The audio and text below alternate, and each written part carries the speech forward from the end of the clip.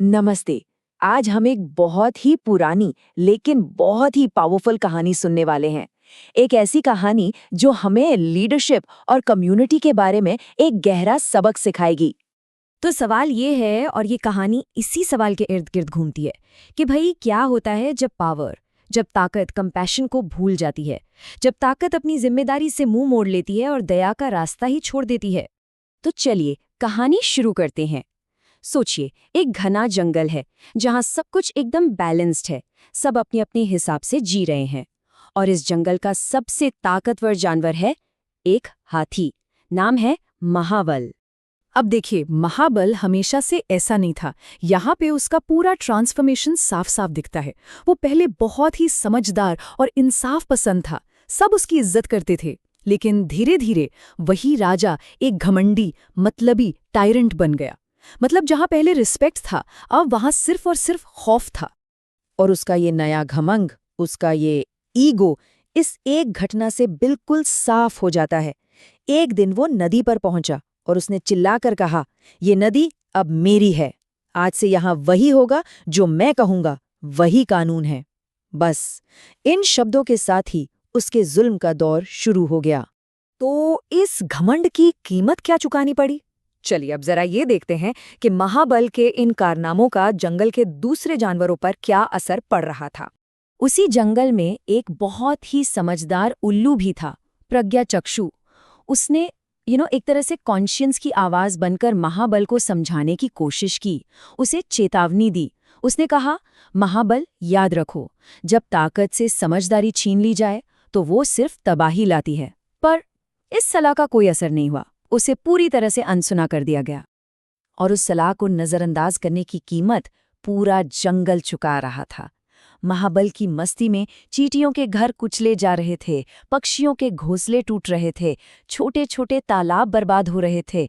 हद तो तब हो गई जब उसकी लापरवाही से एक हिरण का छोटा बच्चा भी घायल हो गया। मतलब जो सबसे छोटे और कमजोर थे, सबसे ज्यादा नुकसान उन्हीं को हो रहा था। लेकिन फिर कुछ ऐसा हुआ जिसकी किसी ने उम्मीद नहीं की थी। जानवरों ने जवाब दिया, पर लड़ाई या हिंसा से नहीं। उन्होंने जवाब दिया अपनी एकता से और अपनी खामोशी की ताकत से। ये एक बहुत बहुत बड़ा शिफ्ट था। अब जब महाबल अपनी धुन में आता तो जानवर डरकर भागते नहीं थे। नहीं, वो बस अपनी अपनी जगह पर चुपचाप एकदम शांत खड़े रहते थे। और उनकी यही खामोशी, यही सन्नाटा उनका सबसे बड़ा हथियार बन गया। और इस साइलेंट रिबेलियन की पूरी स्पिरिट मंथर नाम के कछुए के इन शब्दों में झलकती है। उसने महाबल की आंखों में आंखें डालकर कहा, डर खत्म हो गया है महाबल, अब सिर्फ सच बाकी है। और फिर ठीक उसी वक्त जब लग रहा था कि शायद कुछ नहीं बदलने वाला, तब कुदरत ने अपना फैसला सुनाया।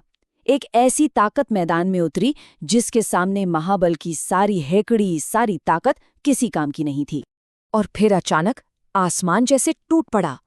जबरदस्त मूसलाधार बारिश होने लगी जिसने पूरे जंगल को अपनी चपेट में ले लिया। बारिश इतनी तेज थी कि नदी में बाढ़ आ गई।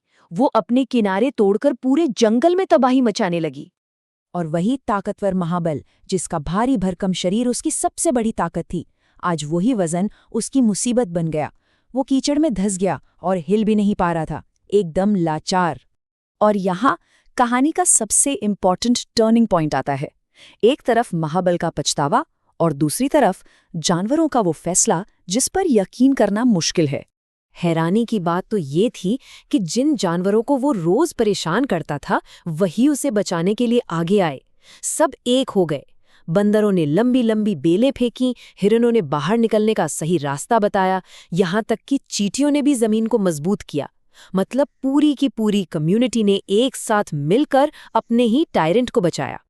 जब महाबल उस कीचड़ से बाहर निकला तो उसे अपनी गलती का एहसास हुआ। उसे यकीन ही नहीं हो रहा था। उसने पूछा, मैंने तुम सबको इतना सताया, फिर भी तुमने मुझे क्यों बचाया?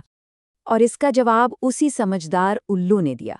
और यही इस पूरी कहानी का निचोड़ है, उसका कोर मैसेज है। उसने कहा, जंगल बदला लेने से नहीं बल्कि बैलेंस से चलता है। ये कितनी गहरी बात है ना, कि कोई भी कम्युनिटी नफरत से नहीं बल्कि एक दूसरे के साथ सहयोग से ही आगे बढ़ती है। इस इंसिडेंट के बाद जंगल का एक नया कानून बना, एक ऐसा कानून जिसे महाबल ने खुद माना, और वो ये था कि एक रक्षक कौन है। रक्षक वो है जिसकी ताकत हुकूमत करने के लिए नहीं बल्कि सेवा करने के लिए है। और यही एक रूलर और एक प्रोटेक्टर के बीच का सबसे बड़ा, सबसे ज़रूरी फ़र्क है। तो इस पूरी कहानी से हम क्या सीखते हैं? पहली बात कि असली ताकत दूसरों पर डोमिनेट करने में नहीं बल्कि उनको प्रोटेक्ट करने में है। दूसरी कि सच्चा इंसाफ तभी होता है जब पावर और कंपैशन यानी ताकत और दया एक साथ मिल जाएं। और आखिर में ये कहानी हमें समझाती है कि कोई भी सोसाइटी हो वो जंगल की ही तरह है, डर से नहीं बल्कि बैलेंस से ही तरक्की करती है। और ये कहानी हमें एक आखिरी बहुत ही ज़रूरी सवाल के साथ छोड़ जाती है जिस पे हमें सोचना चाहिए कि ताकत का, पार का असली पैमाना क्या है। ये कि कोई कितनी अच्छी तरह हुकूमत करता है या ये कि कोई कितनी अच्छी तरह सेवा करता है।